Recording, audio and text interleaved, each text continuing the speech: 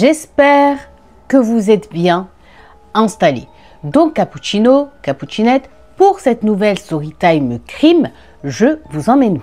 Eh bien, je vous emmène avec moi, Inch'Allah, dans mon pays d'amour, El Maghreb, le Maroc. Mais pas pour une histoire, encore une fois, heureuse malheureusement, mais pour une histoire bien choquante et surtout bien triste.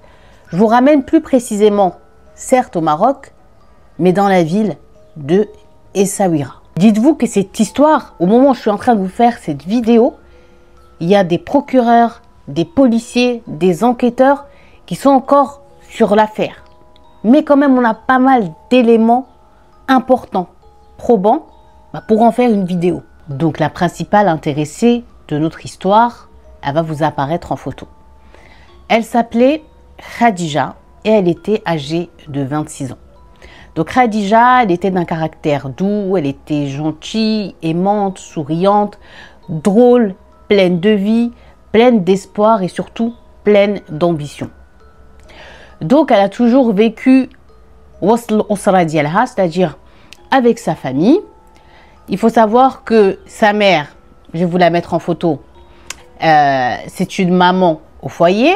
Elle a toujours voilà, élevé ses enfants, éduqué ses enfants du mieux qu'elle le pouvait.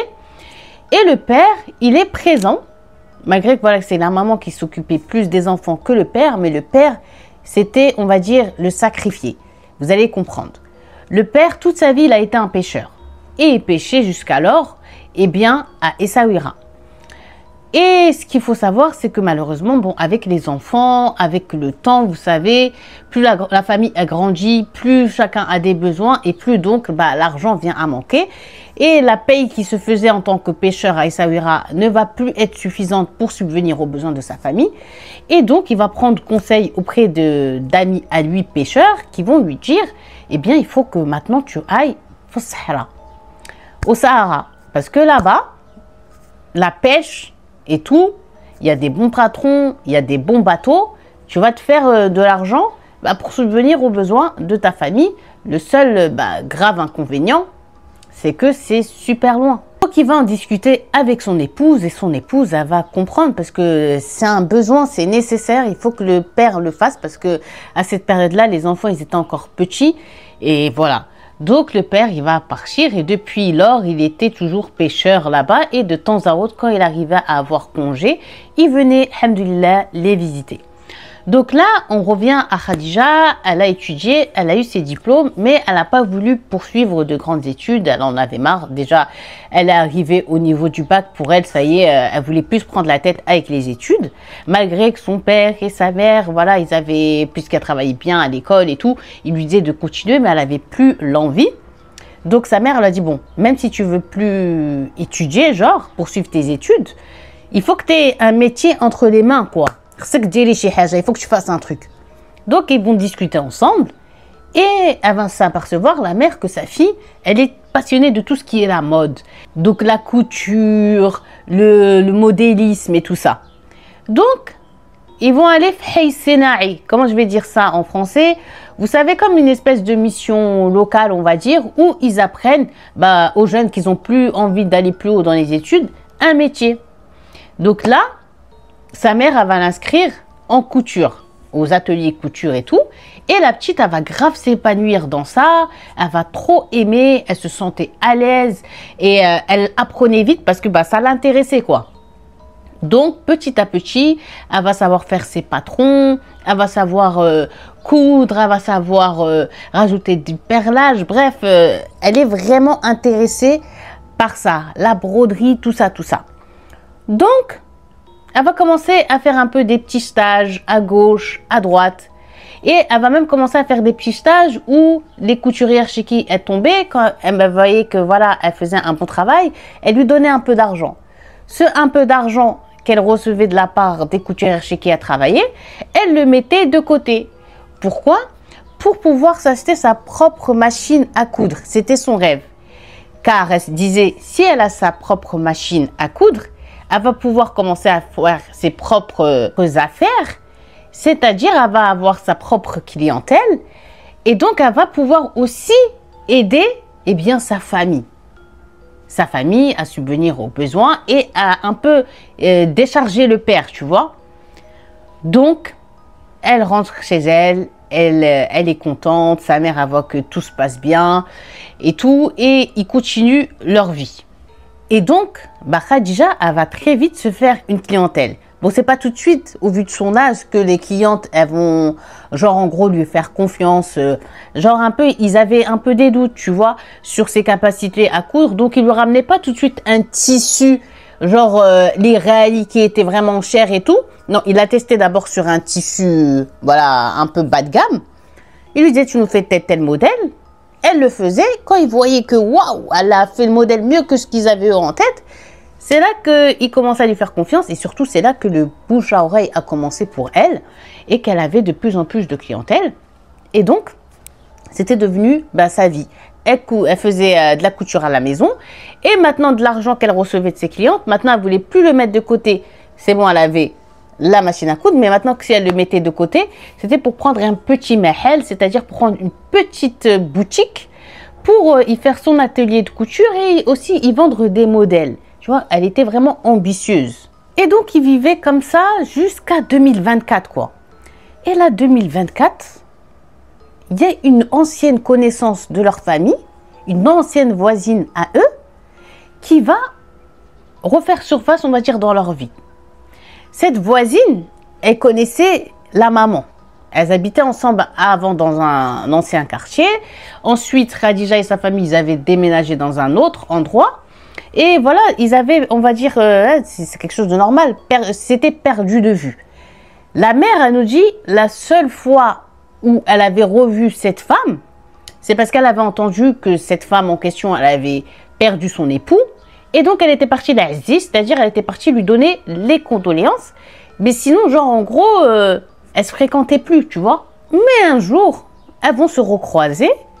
Et donc, cette femme, elle va dire à la mère, à Khadija, ouais, ça me fait trop plaisir de te revoir et tout. Donc, elle s'échange des nouvelles. La mère Khadija lui dit maintenant comment ça va, comment tu t'en sors depuis que le marhum Misha, c'est-à-dire que genre ton défunt mari il est parti. Donc, la dame elle dit ouais, c'est un peu dur, mais heureusement, j'ai mon fils et tout. Donc, la mère de Khadija, elle savait qu'elle avait un enfant, mais de sa vie, elle l'avait jamais vu, quoi.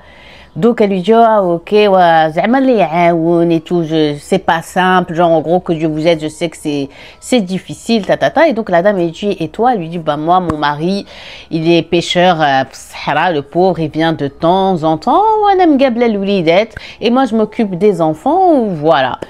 Donc, elle lui dit, t'habites pas très loin d'ici, elle lui dit non, elle lui dit bah vas-y, ils se sont comme redonné un peu les adresses, les coordonnées, et la dame elle a dit à la mère Khadija, ouais, je vais venir te visiter et tout parce que franchement, j'ai jamais retrouvé pareil, genre en gros j'ai jamais retrouvé une voisine comme toi et tout, pour moi t'étais plus que ça, t'étais comme une membre de ma famille, nana.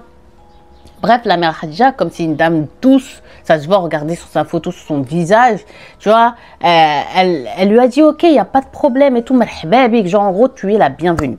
Donc la dame, très vite, elle va se mettre à aller visiter la mère Khadija. Et ils vont toujours l'accueillir, que ce soit Khadija, sa mère, etc., les autres filles de la famille. Eh bien, très bien. Irhabou biha, marhaba bik, hada nahar kbir, genre tu es la bienvenue, c'est un beau jour et tout. Et la dame, ça lui plaisait et tout ça. Mais la dame, quand elle venait chez la mère Khadija, là, elle avait une idée en tête. C'est qu'elle voyait Khadija qui s'en sortait, qui avait grandi, qui avait embelli, qui s'en sortait financièrement, qui aidait, qui parlait, qui rigolait, qui était présente, bref. En fait, Khadija, aussi bien elle était discrète, mais sa discrétion faisait que ça attirait l'œil, quoi. Et la dame, en fait, de plus en plus, elle examinait Khadija, comment elle se comportait, comment elle parlait, comment elle était. Et de plus en plus, cette femme elle va avoir une idée qui va immerger dans sa tête.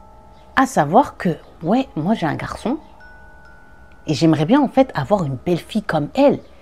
Gentille, douce, les quatre shqa. Shqa, c'est genre qui sait recevoir, qui s'y connaît en ménage, qui s'y connaît en recettes et tout ça. Bref, il me faut une belle fille comme ça, genre. Donc, qu'est-ce qu'elle va décider de faire, cette femme?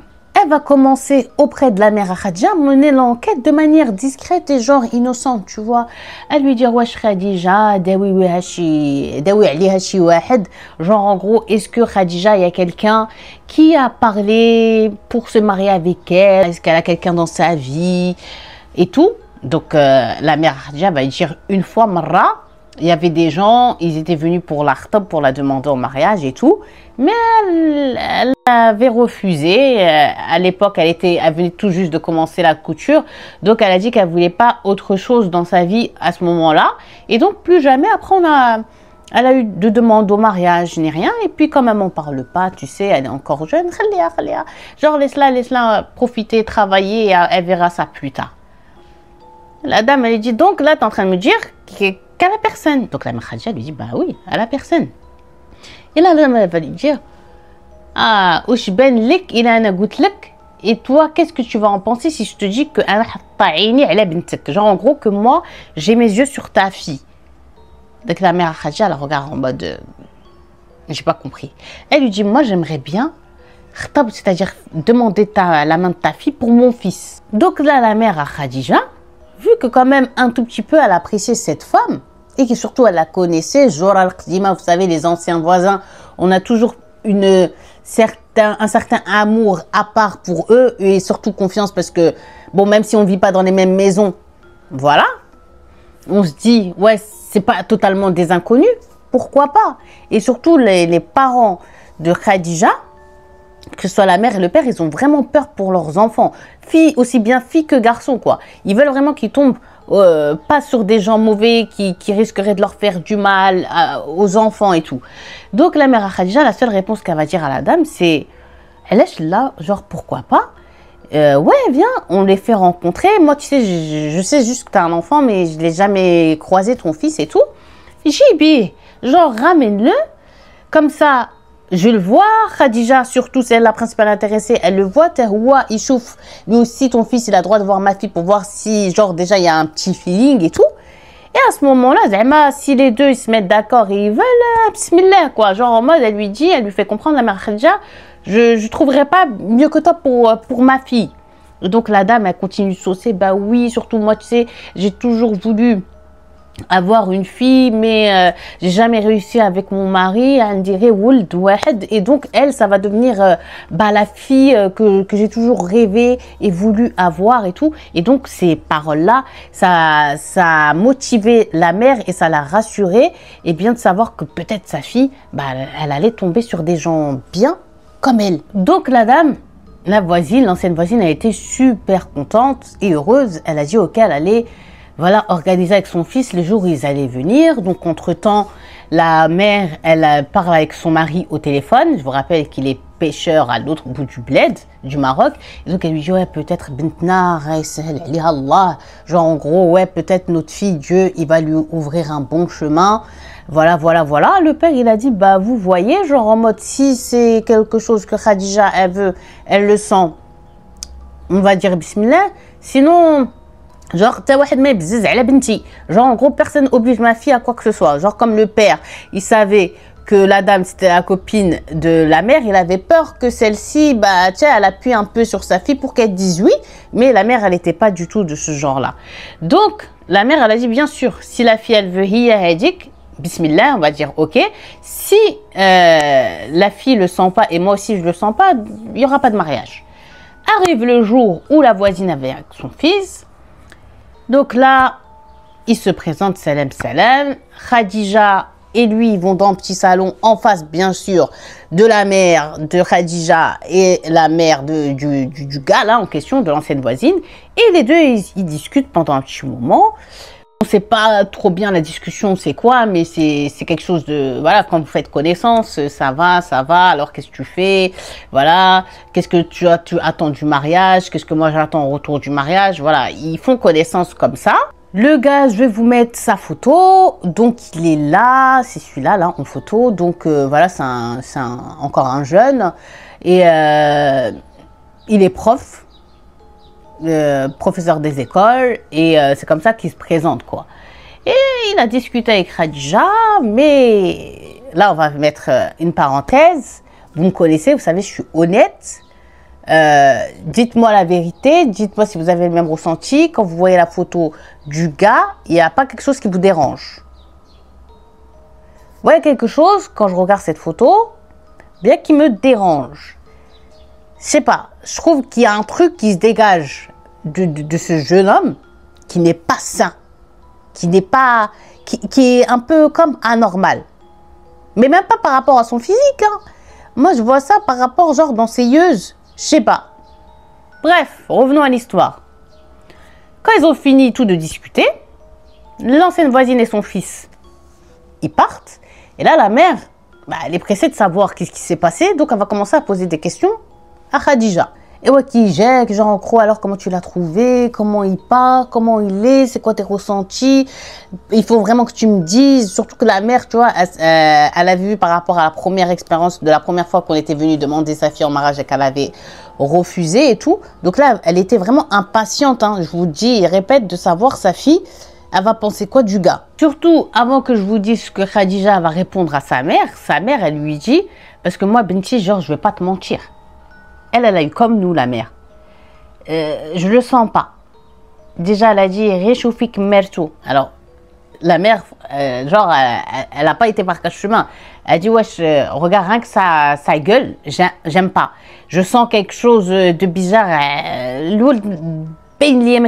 Genre, en gros, elle lui dit, j'ai l'impression que le garçon n'est pas normal, qu'il y a quelque chose.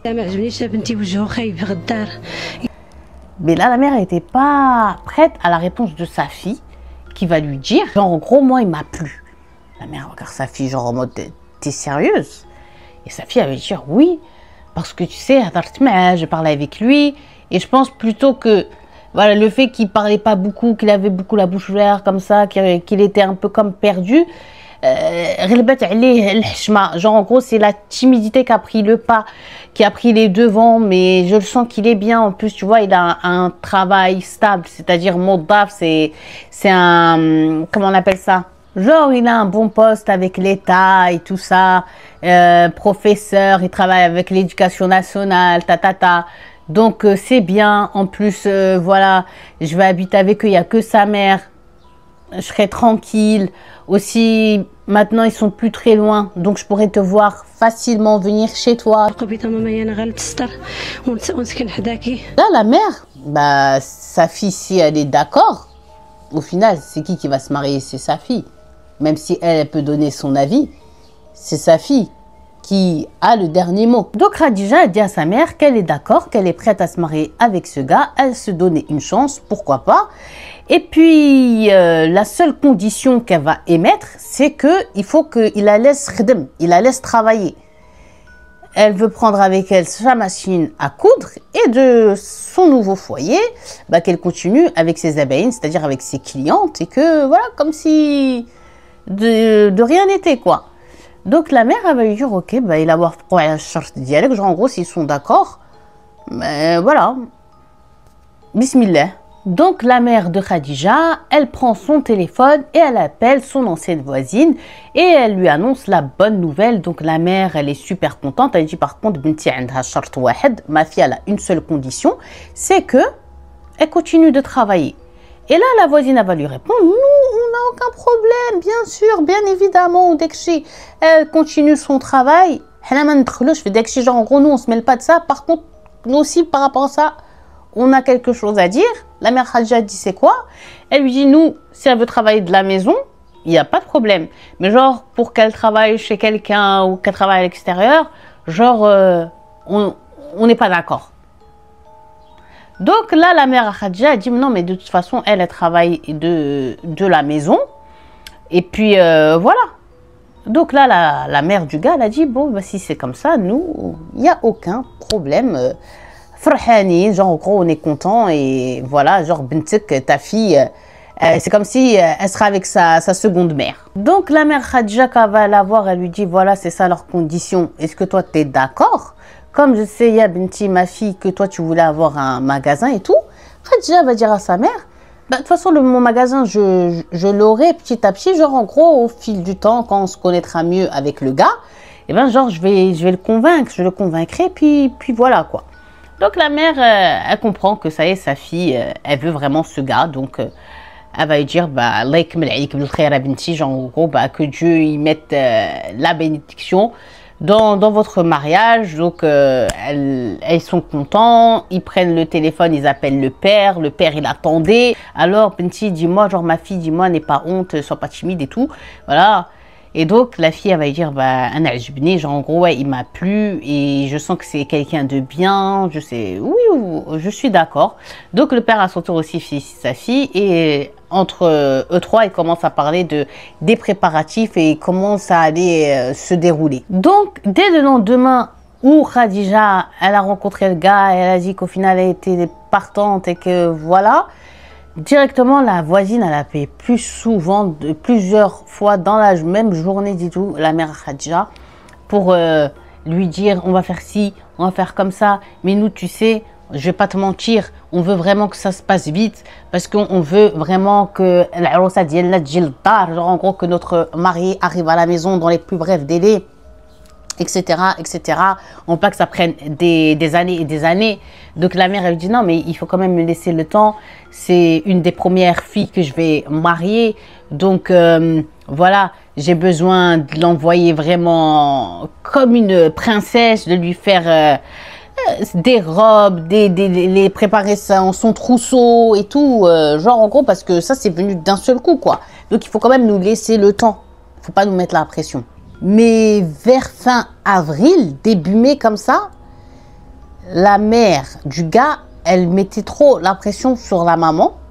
Elle va l'appeler, elle va lui dire, écoute, il y a une période de vacances scolaires et on voudrait profiter de ce temps-là puisque mon fils, bah, il sera en congé, vu que les écoles, elles seront en vacances. Ensuite, comme ça, même s'il veut prendre sa femme, partir quelques jours, il peut parce qu'il sera en congé.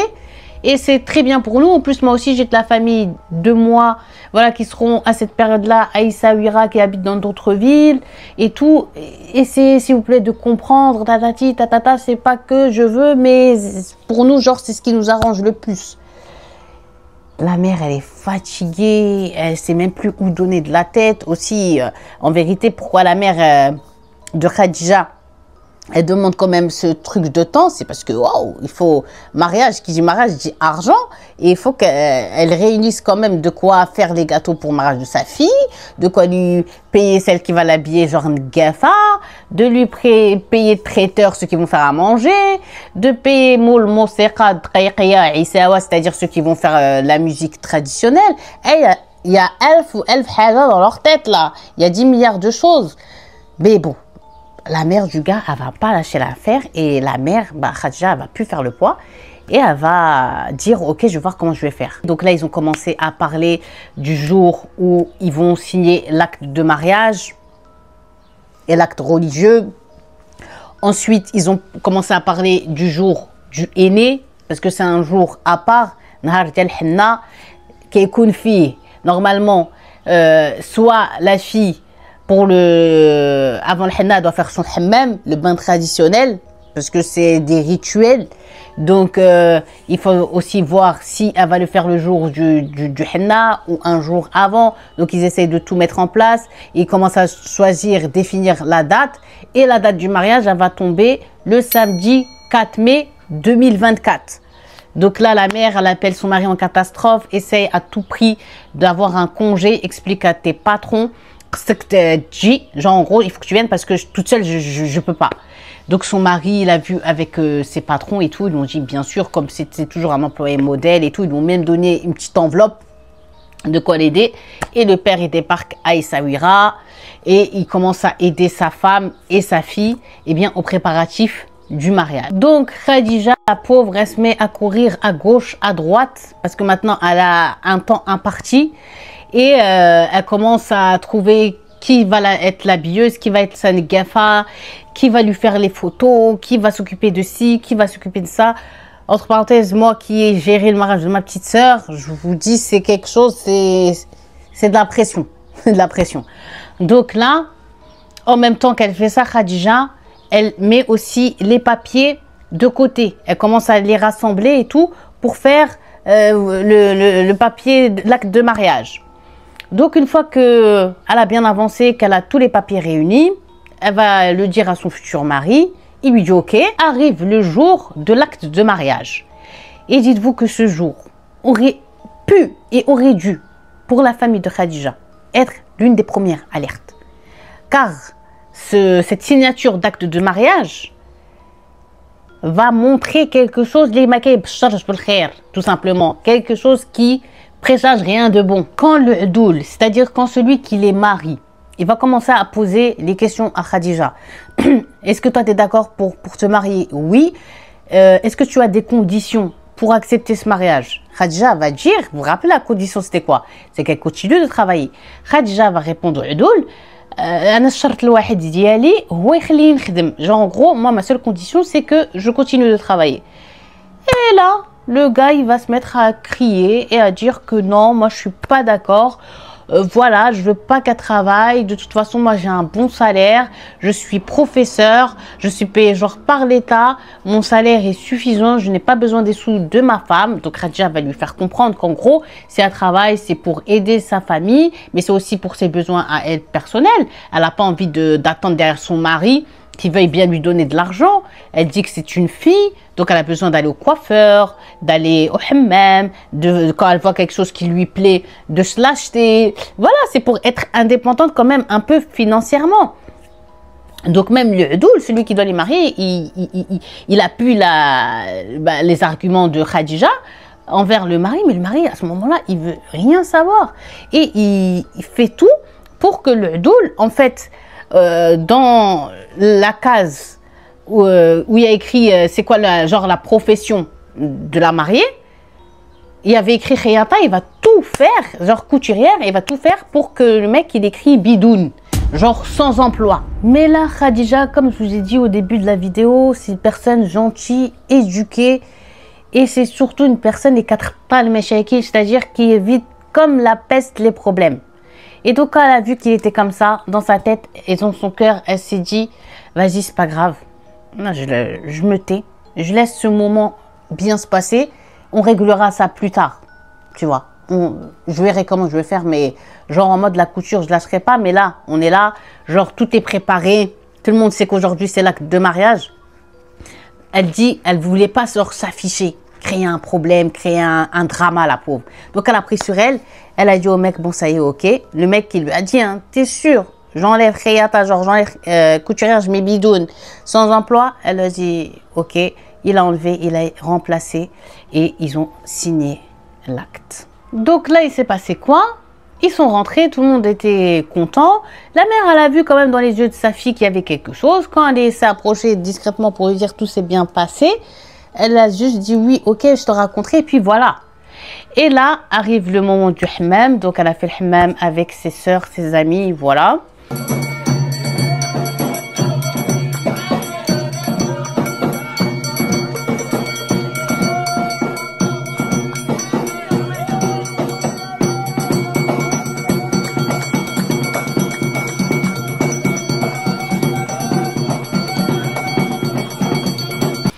Et elle rentre et c'était le soir. Ce soir-là, en fait, ils ont décidé de faire le henné.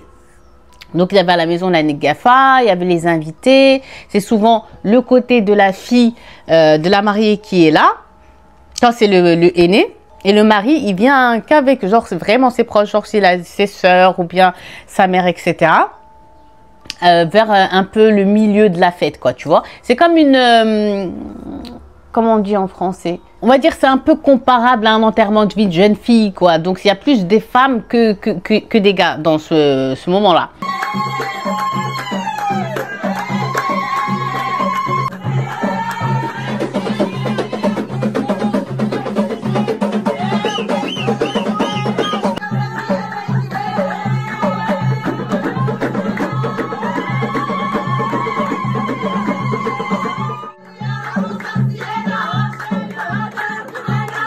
Donc là, le mec il va venir et tout, tout se passait bien et à la fin,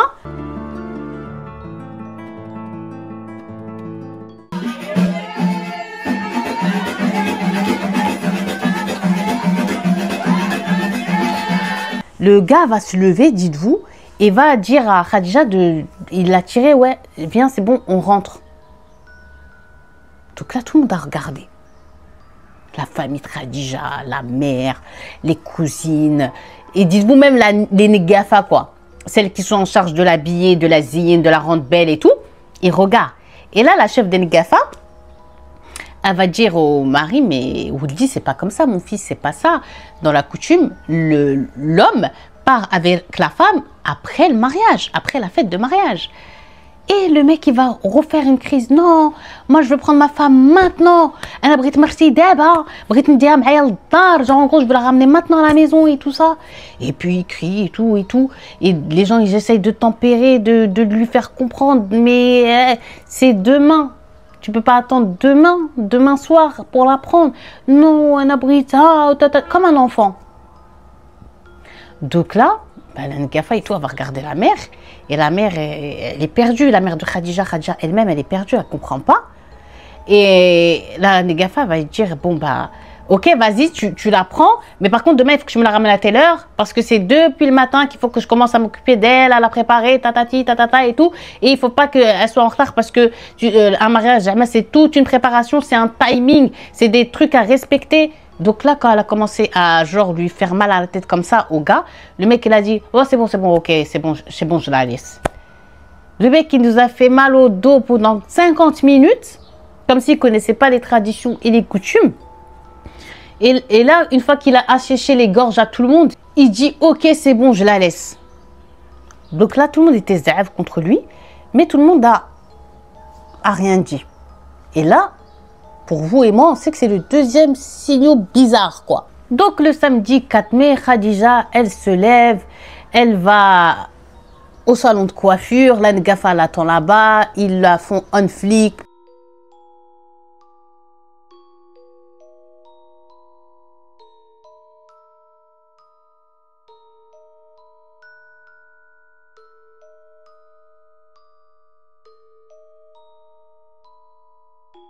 Pédicure, manicure, épilation, coiffure, make-up. Une fois que c'est bon, elle est préparée comme ça.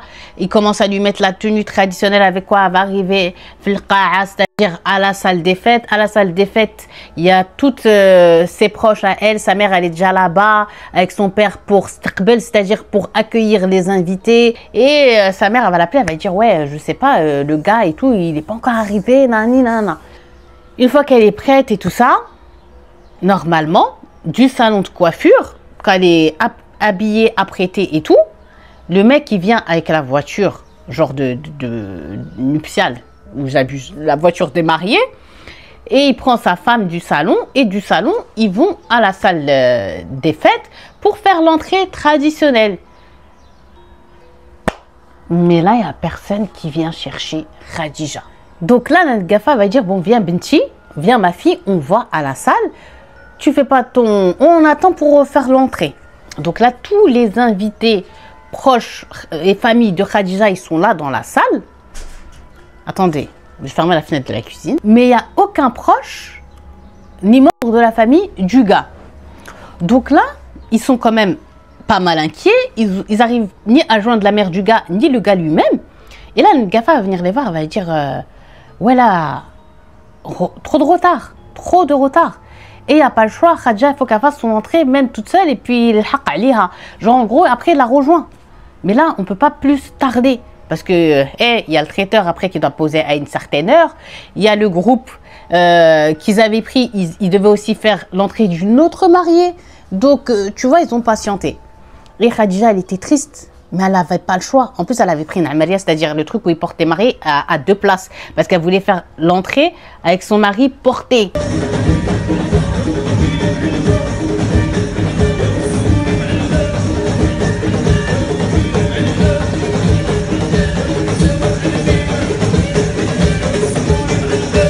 Et elle va se retrouver, la pauvre, à être portée toute seule. Donc, elle fait son entrée. Ça applaudit et tout, mais elle garde la face, on va dire, Khadija, mais elle a mal. Mais au bout d'un moment, voilà le marié qui pointe sa sale tronche, sans excuse, sans motif de retard, qui marche nonchalant, comme si, ouais, bon, là, comme si c'est pas son mariage. La mère elle-même, qui doit prendre les devants, qui doit dire excusez-nous du retard, qui doit même inventer un mensonge pour que tu vois ça passe dans la gorge du père et de la mère et surtout de la mariée, Khadija. Ben, ils disent rien. Bref, ils rentrent comme ça, comme si c'était eux, alors que la plus grande partie financière de ce mariage, c'est le père et la mère qui l'ont fait, de Khadija. Donc là, ils rentrent. Aucun membre de la famille ne présente des excuses, je vous ai dit. Tous les proches, ils se sont installés. La mère a dit, elle ne comprend pas qui ils sont. Ils ne se présentent pas. Elle ne sait même pas tellement qu'il y a des gens différenciés. Parce que tellement que sa tête, maintenant, elle est qu'avec sa fille et ce flash-là. Donc là, elle essaye tant bien que mal, la mère déjà, de se contenir. Mais surtout, elle voit que son mari commence à avoir les nerfs, quoi. Et dans son regard, la mère, elle dit que elle voyait bien que le père et elle, ils se disaient, quand ils se voyaient comme ça dans les yeux, qu'est-ce qu'on a fait et où est-ce qu'on a mis notre fille, quoi. Dans quelle famille elle est tombée. Et Msaken, les pauvres, ils font finir le mariage tant bien que mal.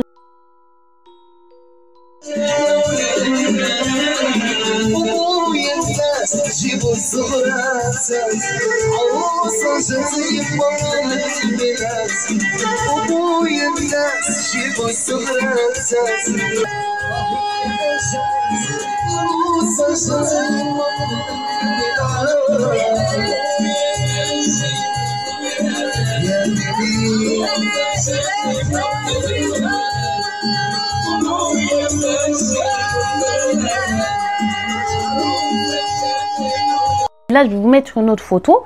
Je vous jure, le mari, ça se voit sur sa tête qu'il y a un truc, qu'il n'est pas normal. Il y a un truc, il y a un truc. Bon, bref, le mariage va finir et voilà Khadija partie. Alors moi, déjà, je serais sa mère, ou bien rien que sa soeur, déjà, je serais en PLS. De savoir ma fille partir avec des gens comme ça, là, chelou au final. Elle part dans sa nouvelle vie, dans sa nouvelle maison, vivre avec son époux et la belle-mère. Et là, que ce soit Khadija ou sa famille, ne savaient pas que les gros problèmes, et surtout les masques, les vrais visages vont apparaître. Le premier problème, quelque temps après qu'elle soit arrivée là-bas, c'est quoi? C'est à cause des photos de mariage. Je vais vous expliquer. Donc en fait, ce qui s'est passé, c'est que la photographe vidéaste qu'elle avait pris Khadija pour son mariage, elle va venir chez la mère à Khadija pour lui donner, ils s'étaient mis d'accord sur 100 clichés tirés et clés USB de mariage. Quand elle va les donner à la mère, elle va les faire envoyer avec une fille à elle, eh bien, chez Khadija. Quand Khadija elle va réceptionner ça, elle va se mettre à regarder avec son mari. Et son mari va se mettre à crier. Ouais, comment ça se fait que sur les photos de mariage, il n'y a que toi et avec ta famille, tes proches.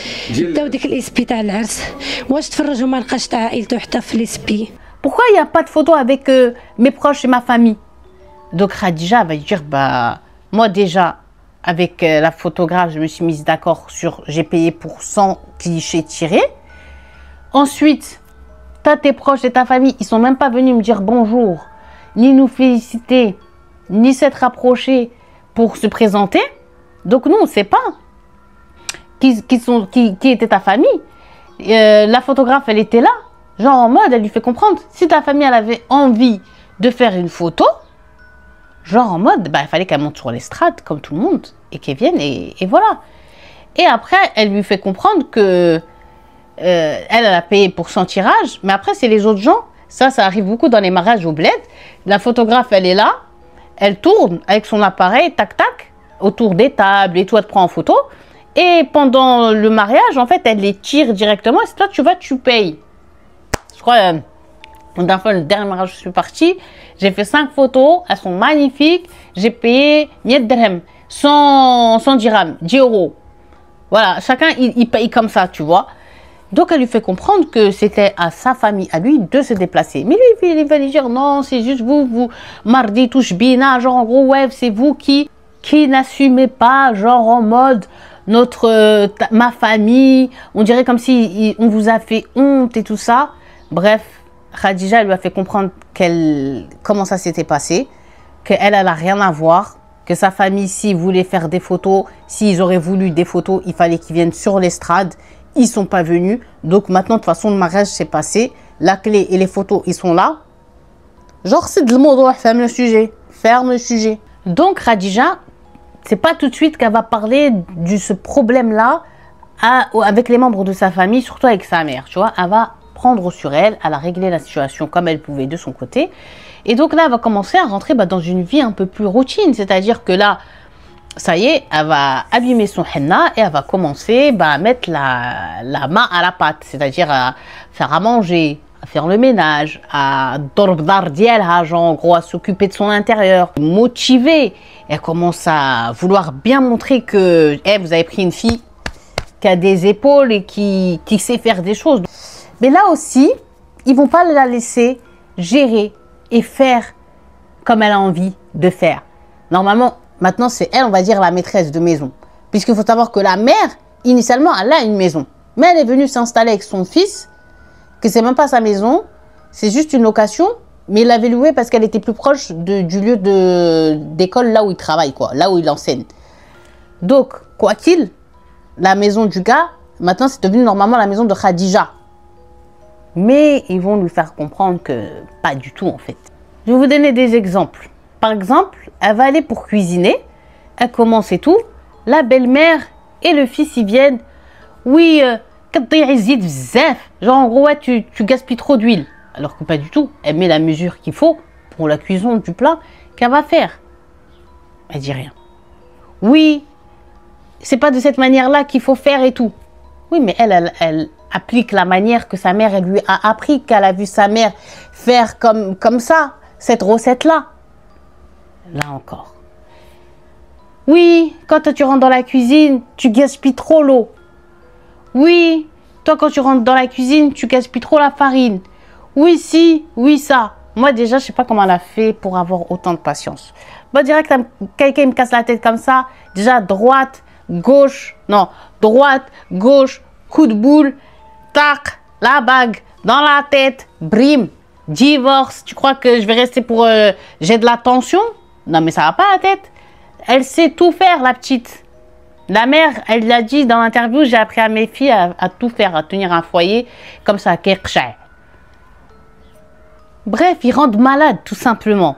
Mais encore une fois, Khadija, douce, gentille, qui n'aime pas les problèmes, elle prend sur elle. Ensuite, elle va commencer à capter qu'ils ont la maladie du soupçon. Ils sont trop suspicieux. Quand Khadija est dans la cuisine en train de poser le repas pour le ramener au salon, elle les entend qui, de la cuisine, ils parlent, ils chuchotent entre eux. Une fois qu'elle arrive au salon, qu'est-ce qu'ils sont? Ils se taisent. Quand elle pose le plat, elle capte que le garçon et sa mère ne mangent pas tant que Khadija n'a pas mis la première bouchée. Et genre, elle, Khadija, au début, elle ne comprenait pas. Parce qu'elle attendait, genre que, par éducation, que ce soit eux en premier qui goûtent. Mais eux, ils ne lui faisaient pas confiance. Alors, excusez-moi, mais les personnes comme ça, là, qui sont trop dans le soupçon de ce style-là, c'est eux qui ont des problèmes avec ça. Et j'espère que vous avez compris. Genre comme si ils pensent que Khadija va leur poser de la sorcellerie dans la bouffe. Mais eux, ils n'ont jamais tourné autour de ça, sa famille. Donc, je vous le dis, c'est toujours ceux qui ont ces soupçons graves, douteux comme ça, qui c'est eux, la plupart du temps, qui sont adeptes de ces trucs-là. Mais là, elle va commencer vraiment à capter que c'est vraiment ça. Parce que quand elle pose le rda, c'est-à-dire quand elle pose le repas du midi à son mari quand il rentre pour sa pause, elle lui pose et tout, elle lui ramène en plus avec le sourire, avec plaisir et tout. Il lui dit, non mais tu crois tout de même pas que je vais manger sans que tu goûtes d'abord. Et donc, à la pauvre, à chaque fois, elle est obligée de goûter pour prouver que elle n'a rien mis. Mais malgré sa gentillesse et surtout sa patience, au bout d'un moment, elle va commencer à craquer. Vous imaginez, vous, à chaque fois, vous savez que vous n'êtes même pas dans ce délire-là, vous savez même pas c'est quoi ça. Sorcellerie, patati patata, et quelqu'un, il a des a priori, des soupçons comme ça, jusqu'à il prend l'assiette, d'abord, il renifle, il faut qu'elle goûte en premier, patati, patata. Et donc là, elle a commencé à avoir mal au cœur. Elle dit genre en mode, ils savent très bien qui m'a éduqué, où ils m'ont trouvé. Ils m'ont pas trouvé genre dans la rue. Ils m'ont pas trouvé avec une mauvaise réputation pour que ils se permettent de me traiter comme ils me traitent. En plus, elle dit, j'ai même pas un mois de mariage. Je suis encore une rosa normalement, tu vois. Je suis encore genre une mariée, une jeune mariée. Mais on va dire là où vraiment le gars, il est parti trop loin. C'est quoi? C'est quand il va lui dire, ouais, ramène ta carte nationale et suis-moi, on va à Al-Muqata'a. Al-Muqata'a, on va dire, c'est l'équivalent, je crois, de la mairie, je pense. Ils vont partir là-bas et ils vont faire un iltizam. Un iltizam, pour faire court, c'est comme un espèce d'acte de promesse que la personne signe. Genre en mode, il va lui faire signer un iltizam de qu'elle est d'accord de ne jamais travailler. Et si un jour elle parle de travailler, eh bien, il y aura divorce. C'est ça le iltizam. Mais le iltizam, tu peux l'utiliser dans plein de cas. Il y a des femmes qui étaient sur le point de divorcer parce que voilà, elles se faisaient battre par leur mari et tout. Et leur mari, il leur fait promettre que la prochaine fois, si je remets la main sur toi et tout, il y aura vraiment le divorce. Et après, ça, c'est des papiers légaux et tout. Hein. Et donc, alors que c'est son rêve, alors que c'est sa passion, alors que à ce moment-là, on va se dire, c'est bon, on va se rebeller. Elle va lui dire, hey, toi et ta daronne, ta grosse daronne là, allez vous faire bip. Miskina, encore une fois, son bon cœur, son éducation, sa personnalité vont faire qu'elle va signer. Alors là, c'est légal. Genre, même quand elle va aller avec au tribunal, genre, ça peut la mettre même en porte-à-faux. Oui, mais madame, vous aviez promis, vous avez signé même que tatati, tatata. C'est vraiment la mettre dans des problèmes. Mais elle a signé. Mais elle a signé vraiment à contre-cœur, à contre-cœur. Donc, après avoir fait ça, elle va demander est-ce qu'ils peuvent aller visiter sa mère. Donc ce jour-là, quand ils sont arrivés et tout, la mère, elle sent bien quand même que sa fille, elle est triste, elle n'est pas comme à son habitude, elle le ressent, c'est une mère, tu vois, c'est sa fille, elle l'avait dans ses entrailles, donc elle sait quand sa fille va bien et elle sait quand elle ne va surtout pas bien. Donc là, elle rentre au salon, Khadija, elle s'installe et le mec, il reste debout devant le salon, il rentre pas. Et Mroubesh, c'est-à-dire fait la gueule, il a un visage serré, fermé. Donc, dans sa tête, la mère, elle se dit, ouais, ils ont dû s'embrouiller, il y a un problème. Donc, elle essaye un peu, pas de savoir, mais genre de faire que ouais, ça se détend. Parce que là, l'atmosphère, boum, est trop lourde. Donc, elle dit à son beau-fils, très, genre, en gros, viens, rentre, assis-toi et tout. Il disait, non, nanana. Bref, elle dit, là, wallah, trop, je te jure, tu vas rentrer, assis-toi. Donc, elle l'a forcé à se poser. Elle a appelé un de ses fils pour que, genre en mode, il reste avec lui. Ils ont un peu discuté avec le gars et la mère, elle était à la cuisine en train de préparer le thé. Elle a ramené et elle a posé les gâteaux et tout. Et elle dit, la mère, qu'il n'a pas voulu manger, qu'il n'a rien voulu boire. Et ça, Khadija, elle le savait très bien parce qu'il est trop soupçonneux. Fait chik maradi. Tu sais, le soupçon maladif là. C'était trop. Donc, d'un coup, d'un seul, sans ni boire, ni manger, ni respect, il va leur dire, je vais aller couper mes cheveux et quand je finis, je passerai te prendre. Là, Khadija, elle a dit, ok. Et une fois que la porte s'est fermée et qu'il est parti, Khadija, elle a implosé, elle a commencé à raconter, elle a commencé à pleurer, elle a commencé à dire. السبت ولدي هنايا فاش قالت عليا نهار السبت وهي تزيد البنت تقول لا فاش خرج قالت يا ماما اش داروا لي دخلت malade. Ils parlent qu'entre eux. Quand j'arrive dans la pièce, ils se taisent. Quand je leur pose à manger, ils me font goûter 1000 fois, moi toute seule en premier, parce qu'ils pensent que je leur ai posé quelque chose. Ils me rendent malade. Ils passent toujours derrière moi. Il faut que tu saches, ça c'est vraiment un truc de ouf. Ils sont tellement aussi des radins par rapport à l'eau et tout, qu'ils ont un seau, dites-vous. Écoutez bien, je suis désolée pour ceux qui mangent. Le seau, la serpillière avec quoi? Ils vont faire jfef, l'eau sale, ils la gardent, la mère elle la garde dans un endroit et c'est avec quand ils veulent se laver les mains, ils se lavent les mains pour manger et avec elle l'oblige à faire la vaisselle. ما تخليها تغسل المواعن بالماء نقيه تيغسلوا قالت لك يديهم في واحد البانيو وتقول لها ما تخويش غسلي بيه المواعن. Mais elle dit Khadija, hein, nous on n'a pas éduqué dans ça, donc quand le mari, il sort, il part au travail et que la belle-mère, elle lui dit, j'arrive, je vais au marché ou j'arrive, je vais dans tel endroit. Miskina, elle court, Khadija, elle prend Tid et Javel et elle relave tout. Tac, tac, tac, tac, tac, tac, tac. Et elle passe tout à l'eau de Javel parce que elle peut pas vivre comme eux, genre, flossar, dans la saleté. Elle peut pas. Et là, la mère de Khadija, elle est choquée. Et donc, Miskina, Khadija, elle pleure. Donc là, la mère, elle se met à pleurer, genre en mode, moi, j'ai pas marié ma fille pour qu'elle souffre.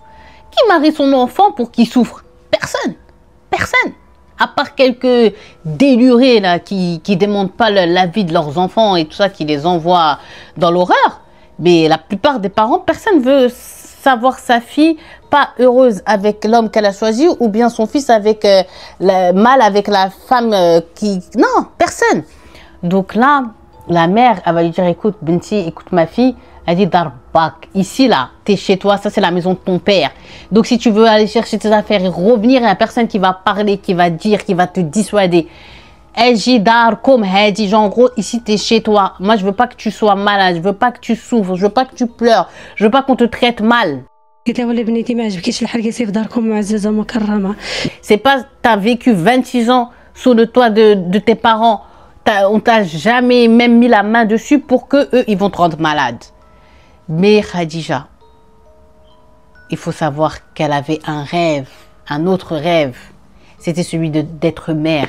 Donc elle a dit à sa mère, non, je vais essayer de patienter, de le changer, de les faire évoluer, quoi, qu'ils arrêtent d'être des wesh, c'est-à-dire des monstres. Parce que moi, j'ai envie de faire mes enfants, maman. J'ai envie qu'ils grandissent avec moi. Je suis encore jeune. J'ai envie de les faire jeunes. Nanani, nanana. Et au-delà de son rêve de devenir maman, il y a aussi ce qui, malheureusement, il y a beaucoup fait le mouchtabeh, qu'on a beaucoup dans notre société. Elle avait peur de la boca des gens, de la bouche des gens. Genre en mode, elle dit à sa mère, qu'est-ce que les gens ils vont dire si je reviens genre en mode divorcé? Ils vont m'inventer des scénarios, des histoires, des ci, des ça. Et ça, elle a dit, elle voulait pas, Khadija. Parce que si on parle sur elle, ça viendrait automatiquement à parler sur son éducation, sur ses parents. Et ça pourrait même mettre en porte-à-faux ses autres petites sœurs. Qui vont dire, ah, elle là, tu sais, en plus, elle avait sa sœur, elle est même pas restée un mois mariée, tatati, tatata. Vous connaissez, malheureusement, dans les sociétés, il y a encore trop de ça. Donc, pour s'éviter tout ça, elle préférait, genre, patienter en enfer, quoi. Jahim. Donc, sa mère, elle lui dit, en tout cas, il n'y a que toi qui sais, ma fille, en tout cas, la maison de ton père, elle est là. Moi, je suis là. Tes frères et tes sœurs, ils sont là. Tu n'es pas toute seule, tu n'es pas une sans famille, Khadija. Après, sa mère, elle lui dit, peut-être que si tu te remets à travailler. Donc là, c'est là qu'elle lui apprend, qu'il lui a fait signer ça. Parce que sa mère, tous les jours précédents, elle l'appelait pour lui dire, Binti, viens chercher ta machine, viens travailler et tout. Elle lui dit, ok, mais d'abord, il faut que je vois avec lui et tout. Et donc là, elle lui a dit, non, c'est un sujet mort. Donc la mère, elle regarde la machine, elle a le cœur serré. Et elle regarde sa fille, pareil, parce qu'elle se dit, mais tu aimais faire ça. Genre quoi, lui crie, pourquoi t'as signé, pourquoi t'as signé? Elle lui dit, parce que je voulais éviter les problèmes. Bref, quand elle a fini de son coiffeur, là, il est venu la rechercher. Et elle va patienter comme ça 26 jours. Là, ça faisait 26 jours, les gars, qu'elle était mariée. 26, 26 يوم نهار بلي هي مجوجة. Qu'elle était mariée. Seulement 26 jours. Même pas shahr, même pas encore un mois. Et là, ce 26e jour, la mère, elle se lève pour faire son petit train-train quotidien, la mère de Khadija. Et à un moment donné, son téléphone portable va sonner. Elle regarde.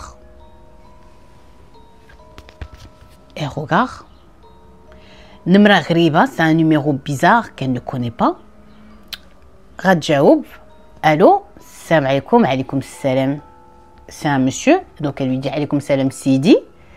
Il lui dit Lella. Genre, madame, Washinti, flania. Genre, est-ce que tu es un tel? Elle lui dit oui. Le monsieur lui dit, Wash عندك واحد البنيته سميتها فلانة. Est-ce que tu as une fille qui s'appelle un tel, Khadija un tel? Elle dit oui, Binti. Donc là, il lui dit, avec la police. Avec vous, la police. Donc là, la mère a Khadija ses jambes, elles ont commencé à trembler. Comment ça, la police?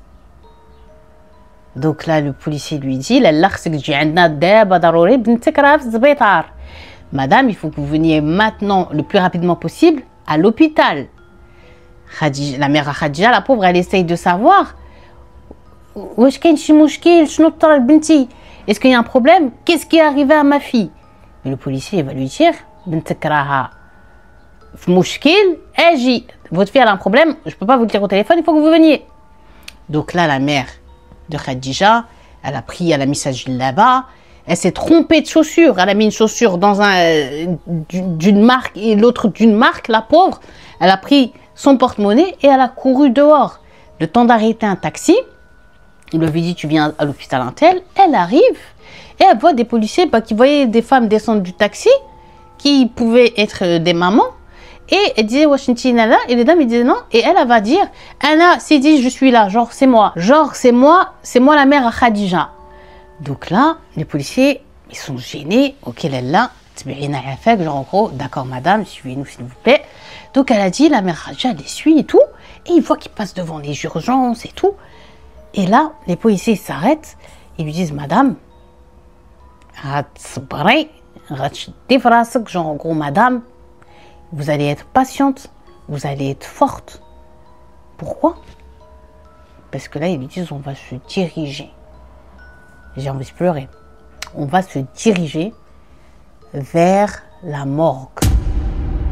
Quoi? Non, non, non. Vous vous trompez. La police m'a dit de venir parce qu'elle était à l'hôpital. Moi et ma belle-fille, on a hurlé quand on a entendu ça.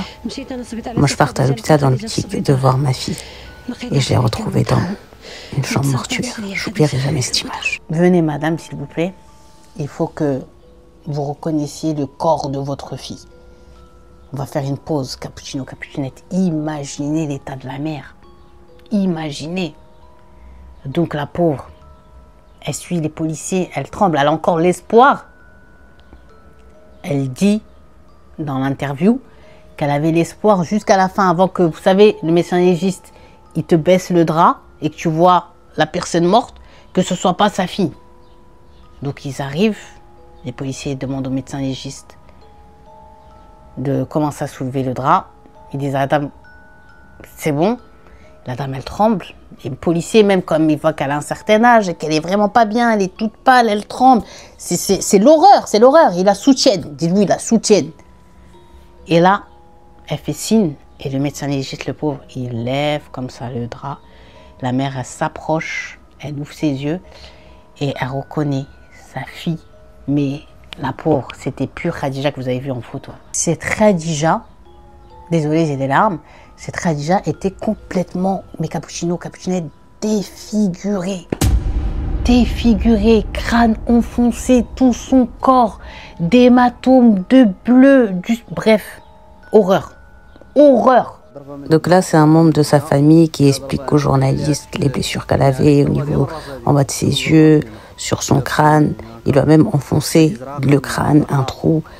Bref, il dit que c'est des choses très graves. La journaliste, je crois, qui lui disait même qu'elle avait des griffures parce qu'elle a essayé de se défendre, de survivre, de se battre.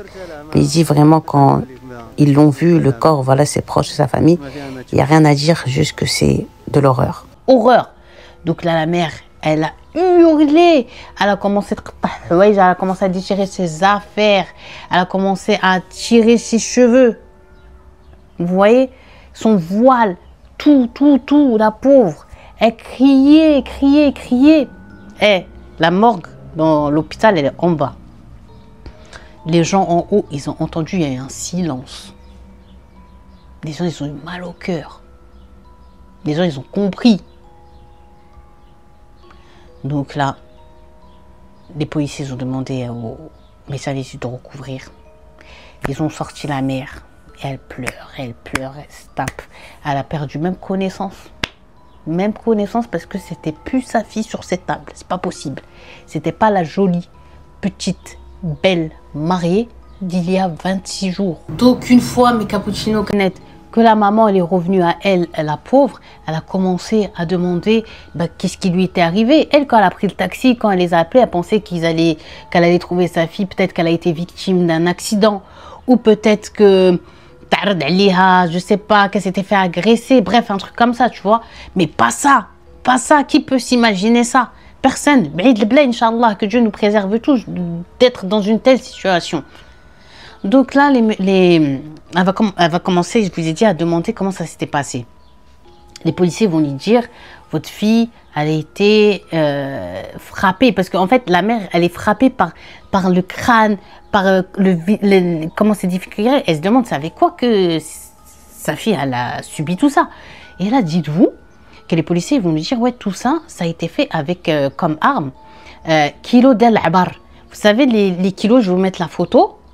1 kilo, un poids de 1 kilo qu'ils utilisent les marchands au bled, vous voyez, quand ils pèsent les légumes et tout, avec ça. Et ils lui disent qu'elle a eu, ça a enfoncé son crâne et que ça a fait si, bref, beaucoup de détails horribles que je vais vous passer. Et que celui qui lui a engendré tout ça, eh bien, c'est son mari. Là, la mère, elle est choquée. La mère, elle est dans tous ses états. Son mari, naam. Et la police continue en disant à la mère, une fois qu'il a fini de faire son horrible crime, il est sorti, il a laissé le corps de son épouse comme ça dans leur maison.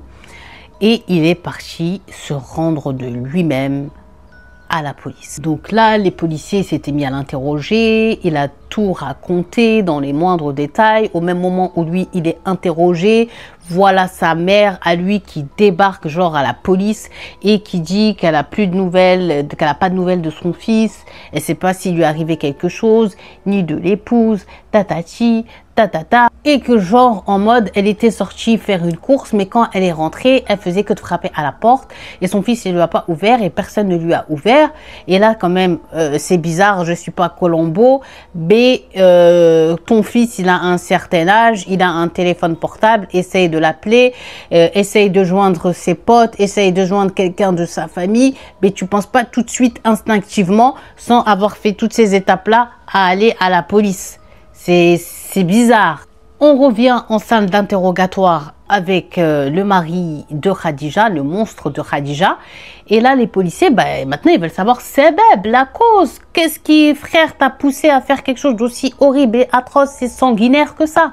Donc là, c'est là que les policiers vont commencer à remarquer et à capter que le gars, il a vraiment un truc bizarre. Il est anormal, en fait. Il y a quelque chose là-haut. Puisqu'il rentre dans des versions et il sort dans des versions. Il n'est pas du tout cohérent. Ça veut rien dire. Ils ne comprennent pas. Il les a perdus. Bref. Et là, le seul truc que les policiers vont dire, c'est que apparemment, il y aurait eu Binet Home, le truc le plus, on va dire, cohérent qu'il ait dit et qui peut être genre la cause, c'est qu'ils se sont disputés pour un problème familial. Alors, est-ce qu'on est revenu à l'histoire des photos, à l'histoire du mariage? Je sais pas. Il n'a pas donné plus de détails. Il a juste dit, ouais, on s'est embrouillé par rapport à un truc de famille. Et après, il parlait plus. Donc là, les policiers, ils vont quand même lui poser la question. Oui, mais déjà, toi, t'es professeur, t'es prof des écoles. On ne comprend pas comment ça se fait que tu as un kilo genre de marchand, alors que t'es pas marchand chez toi.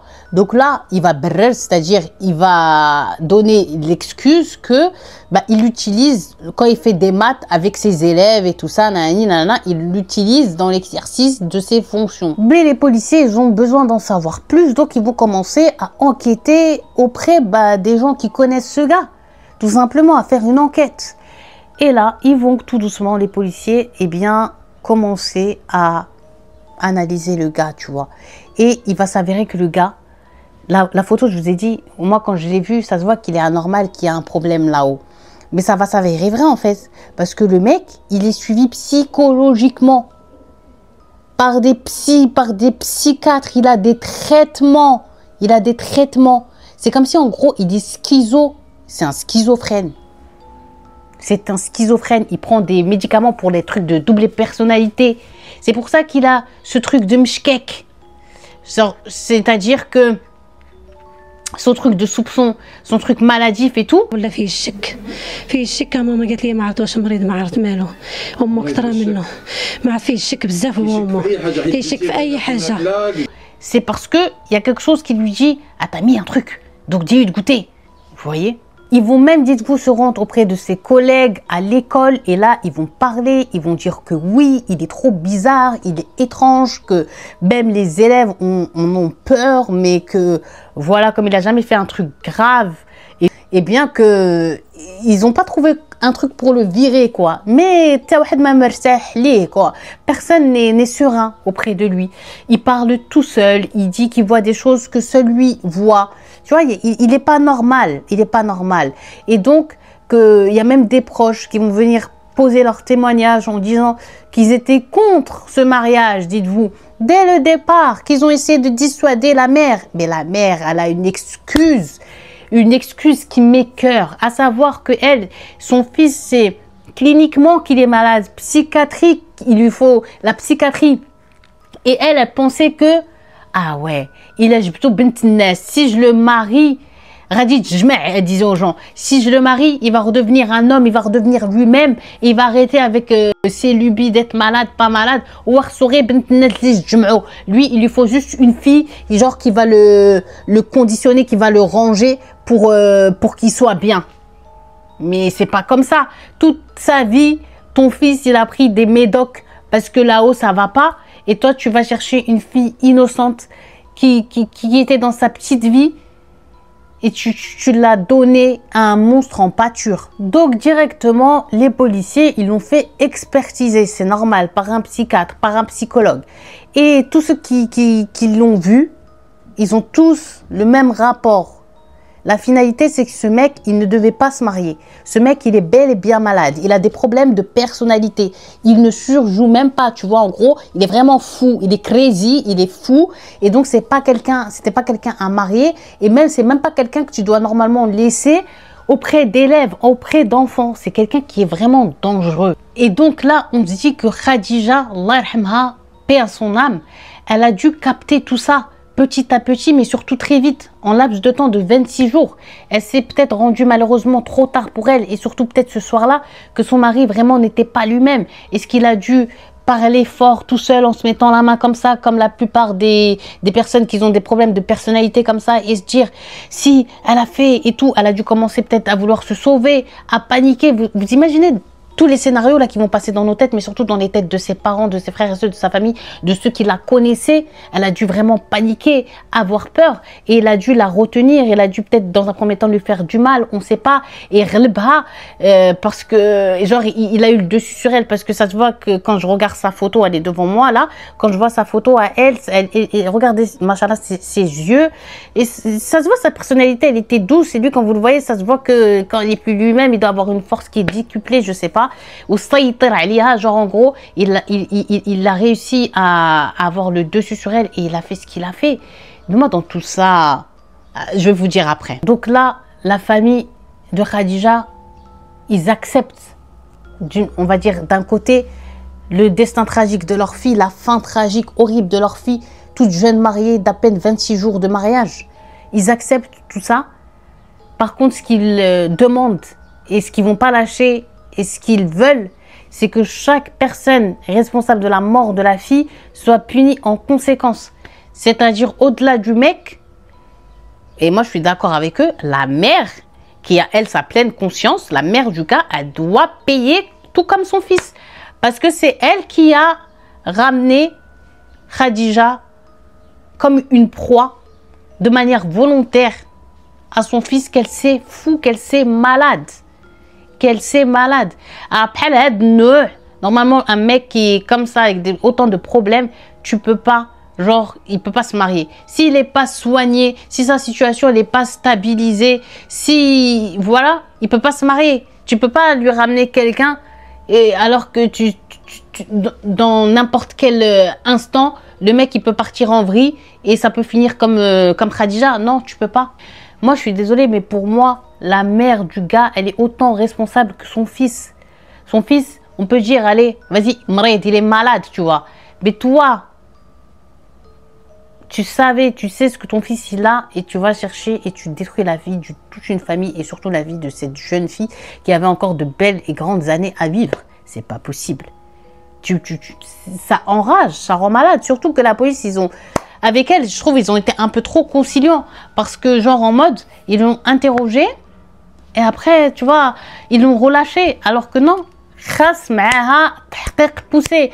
Avec elle, il faut un interrogatoire poussé parce que la mère, si je me rappelle bien dans l'interview, elle a dit que sans doute le crime il s'est passé samedi soir dans la nuit ou bientôt le dimanche matin.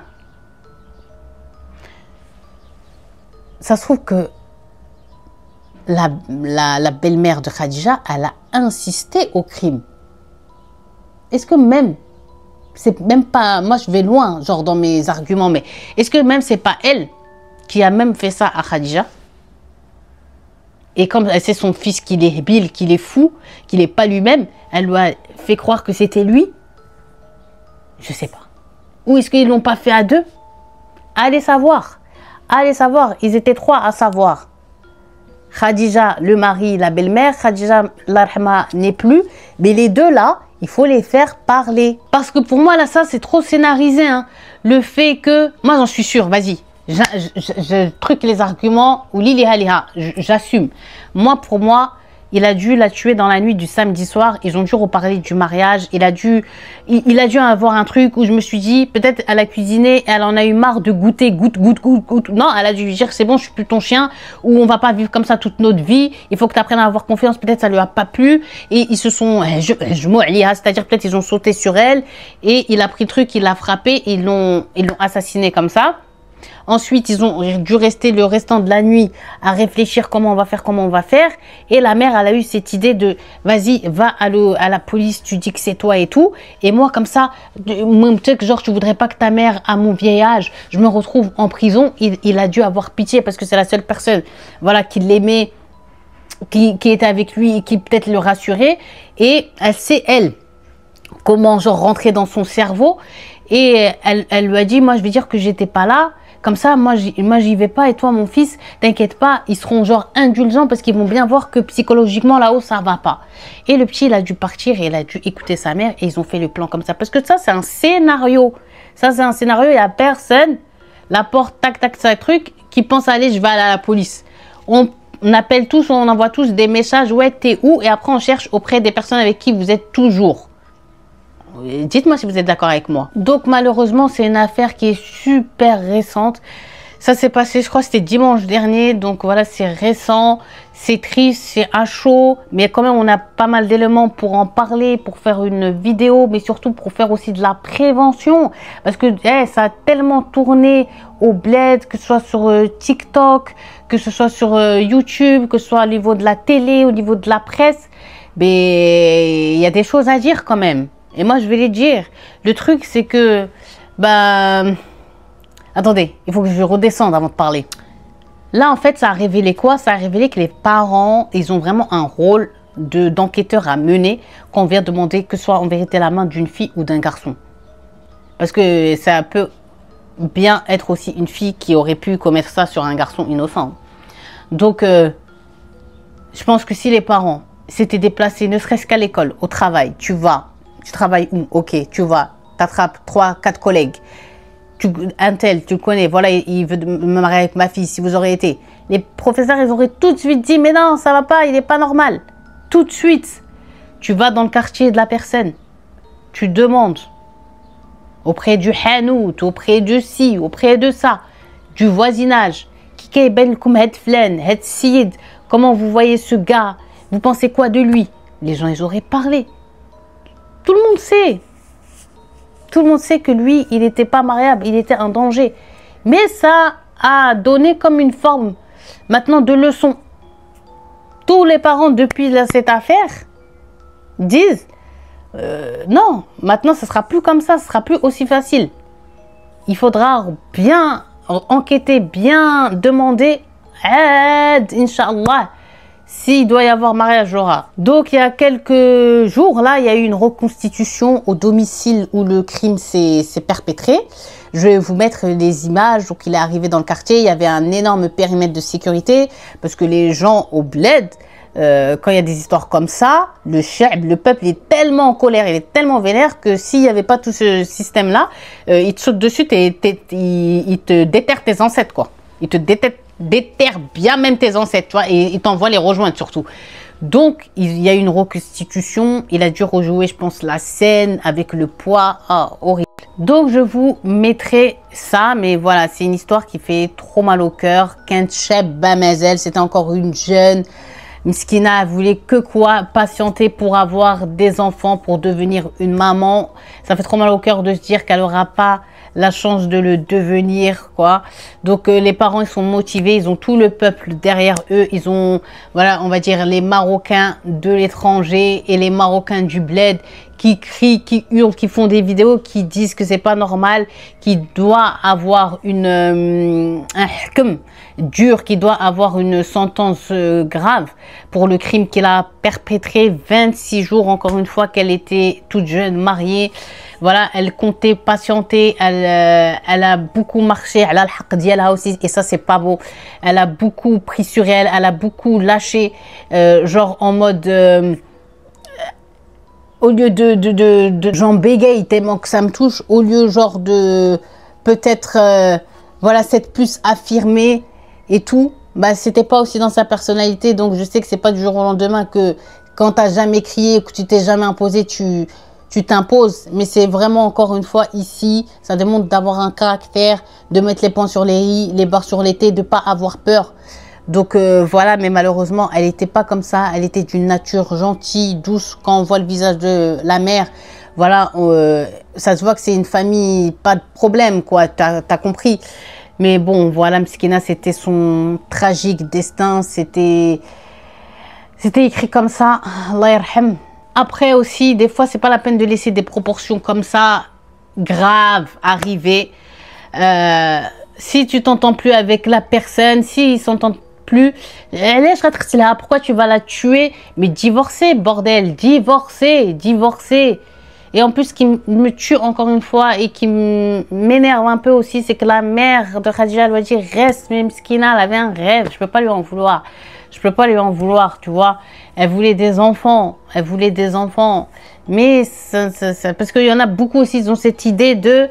Et ça, cette phrase, je l'ai déjà entendue au bled. Genre,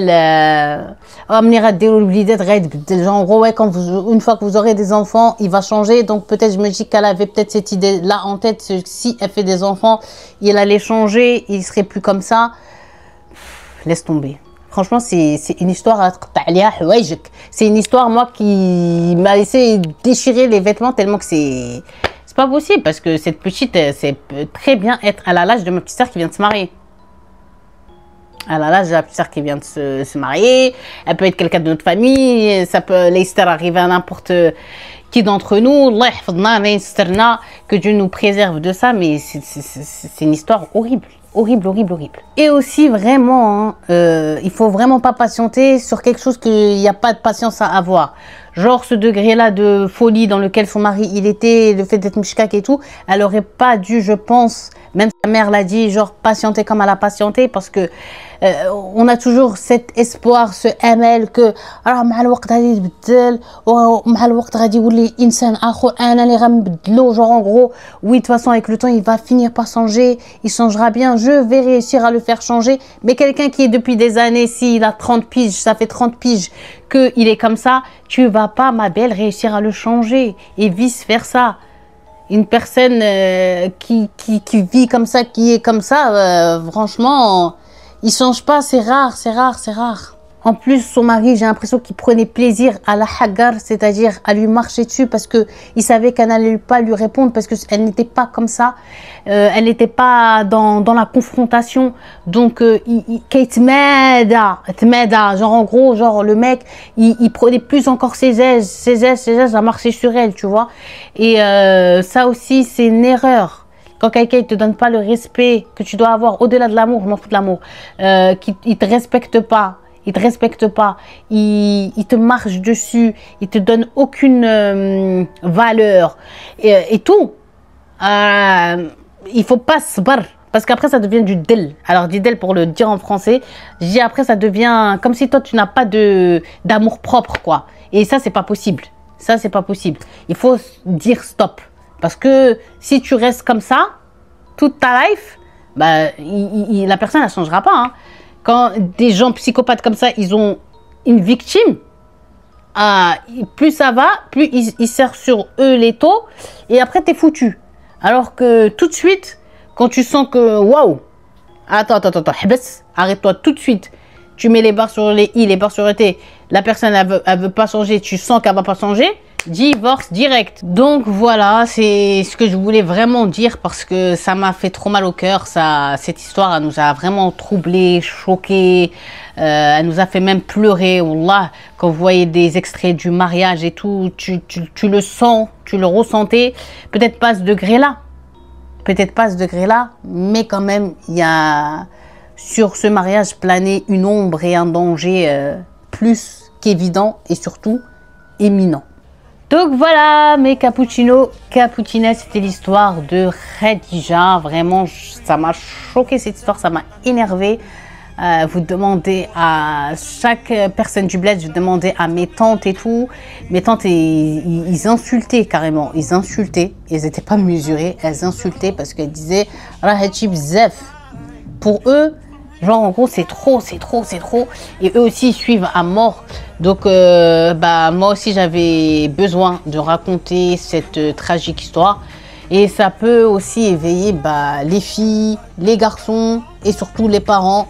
Faites attention, demandez bien des informations, c'est très très important. Et voilà, parce que Khadija, malheureusement, elle est le triste exemple, trop récent, de choses qui peuvent tragiques arriver comme ça quand tu connais pas assez bien.